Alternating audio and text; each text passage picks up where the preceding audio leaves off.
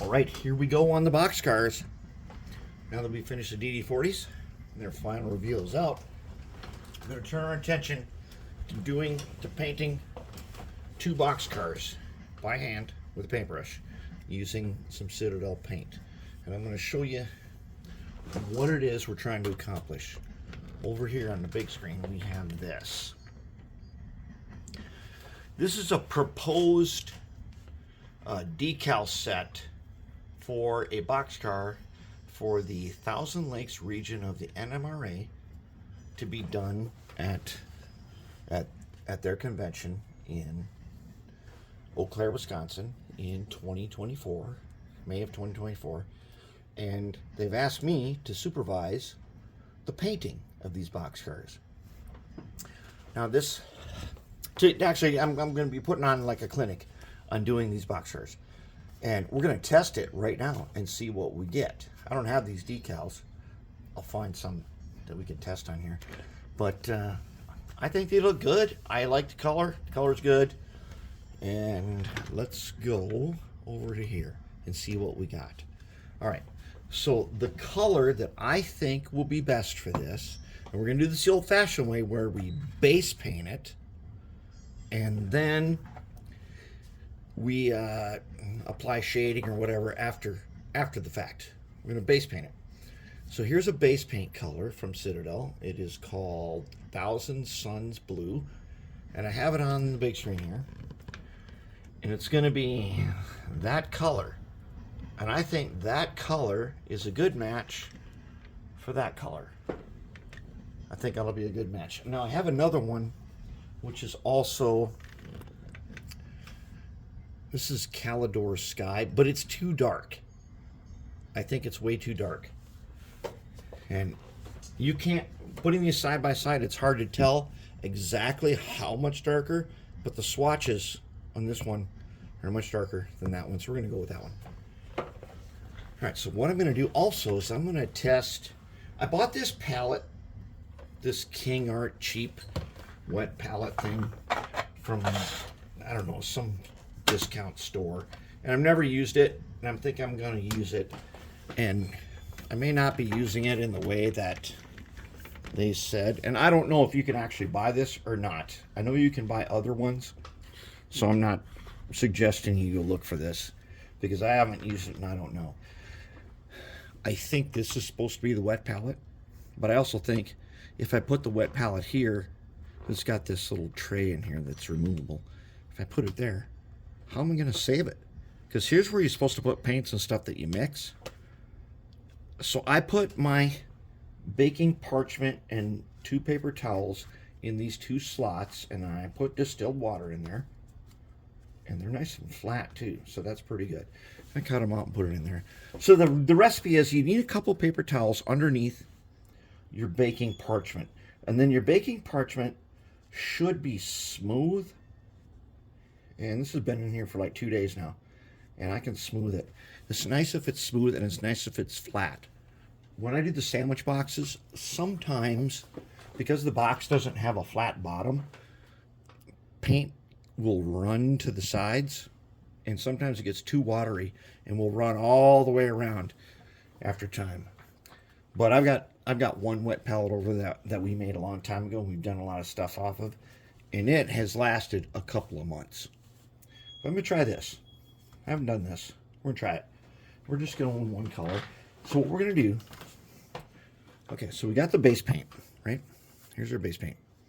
Let's shake it up. All right, now I don't know where I got this.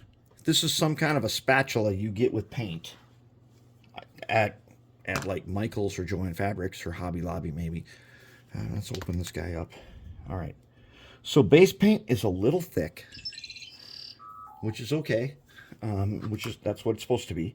And then somehow I got to take this. Maybe I have to stir it a little bit. We'll see. I don't know. But we got to get some of this paint out of here and on to there. I think that's probably enough right there, right? That's probably enough. Let's take one of our brushes and let's give him a little dish soap water. Let's get him painted.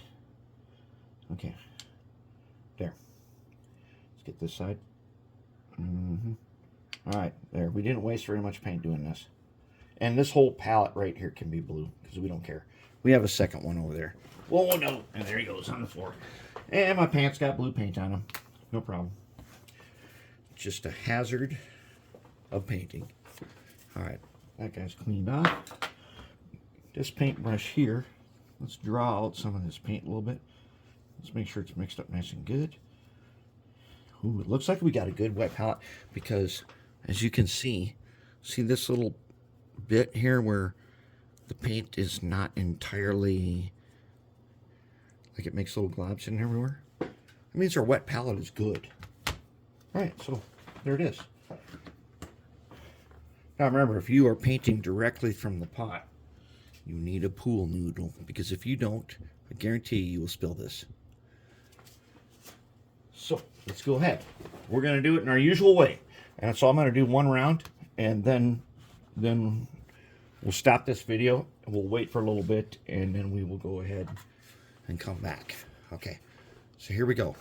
The way I like to do this is we're going to start like this. Now, as always, we have our 3 cups. 91% alcohol, plain distilled water. And then this one I call DS for dish soap, but I am not using dish soap now. I'm using baby shampoo. And baby shampoo is a little bit better than using dish soap. And we're going to try it. Okay, so remember the way we primer these. See that how it's got overspray on it? The top is glossed. The top gets a aluminum coat. And the sides, they got overspray on them. That's okay. They usually call that zenithal priming. And they don't, this side doesn't have much. But we will do this side first so you guys can see.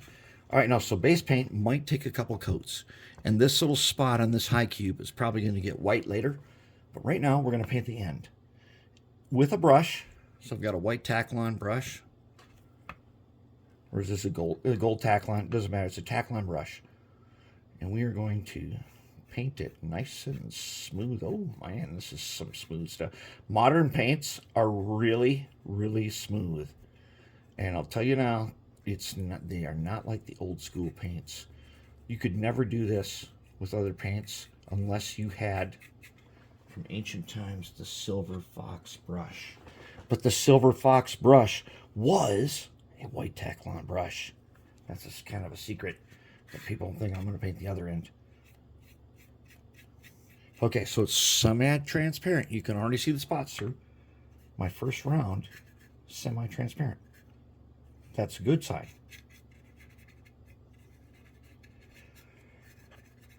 And here's the thing. I know plenty of you got airbrush setups and everything, and I have the awesome airbrush setup with its own exhaust vent and turntable and everything. But painting by brush, by hand, it's very satisfying. Looks good. Now, since the brush is clear, I'm going to go ahead over here and I'm going to smooth it. Whatever globs are. I'm going to smooth it hard too. Look, I'm mopping hard, and then I'm going to do this, and I'm going to get it nice and thin. And now there are not going to be any brush strokes. That's one. Let's take the other one. Go to our wet palette again. Okay, now this one, check the overspray for the black.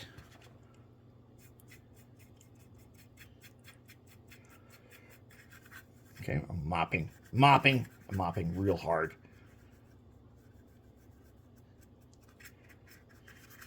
Because I got a white Taklon brush and I don't have that much paint on there. That means I can mop it. And I can mop it really hard. I can get in there. And I can mop it. It's so thin that I don't have to worry about brush strokes and stuff. This is only coat number 1. Oh no! Right onto my pants, of course. No problem. That's why you get workshop pants. So that you don't care. Okay, here's a really good one. This overspray up here, it's not really going to matter because we're going to paint that top part white later. Because, All right, I got it all over my hands. All right, we're gonna paint that top part white right there, just at that one point, like high cubes are supposed to be. Okay, so we're gonna get it. We're gonna get it so that I don't see any primer coming through, and I'm gonna make sure I keep smoothing it. Okay, I want to keep smoothing it. No matter how I gotta go round, I go round like that, then I smooth it. And Citadel base paint is really fine paint. I mean, it just doesn't get much better. Also, Army Painter P3, we've used that. There's a couple other brands that I can't remember offhand. With these modern Vallejo, modern acrylics are not like anything. If you haven't used them, you're missing out. Modern acrylics are not like anything you may have tried before. And then we've got an end painted. We got another end paint. Look at that. This one's almost dry already. This one is dry already. Oh, no, almost dry. That one's looking good too. Get yeah, a little, oh, and all right. Okay, I'm gonna do one side, and I'm gonna do this side with a massive overspray. I'm gonna do one side, then I will finish the rest off camera, and we'll come back. Okay, so first I'm gonna get up underneath that roof there, which is gonna get painted aluminum. Let's get these ladders. Let's just swirl them. Yeah, let's just swirl them. Okay, we'll just swirl them. If it starts getting thick, I can dip in my water.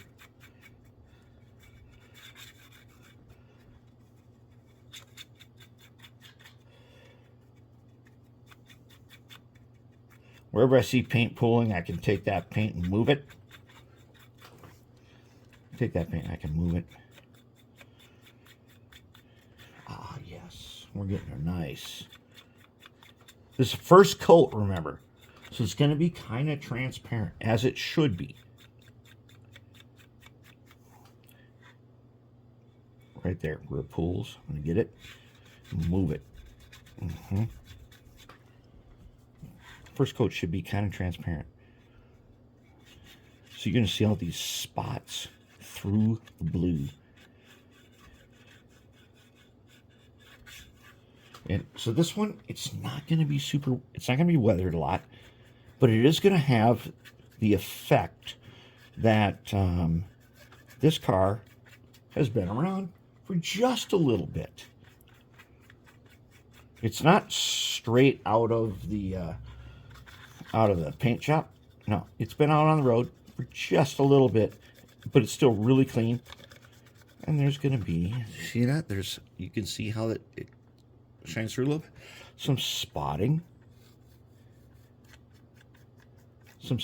but it's going to still be good.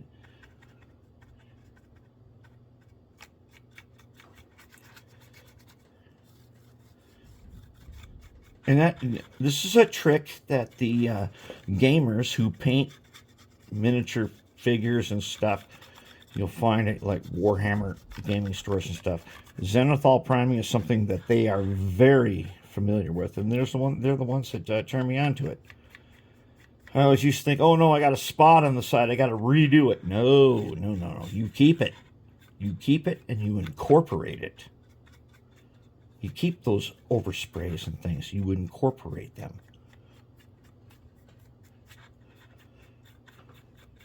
Yes. Nice thing about this stuff is it dries so fast that it can be dry.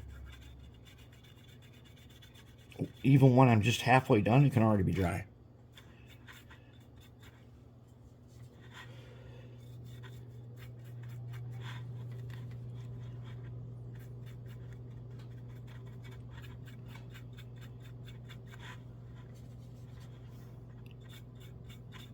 Yeah, it's looking good.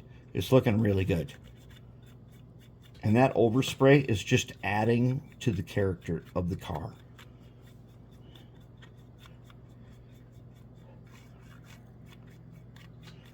Now, I'm just going over here and I'm trying to brush out anything, any pools, anything else where I see any kind of spots or anything. I'm just going to brush them out. There we go. There's a side. Now this is one coat. We're going to let it cure up, and then I'll do the other one, and we'll go all the way around with one coat, and then we'll come back later. Looking good so far.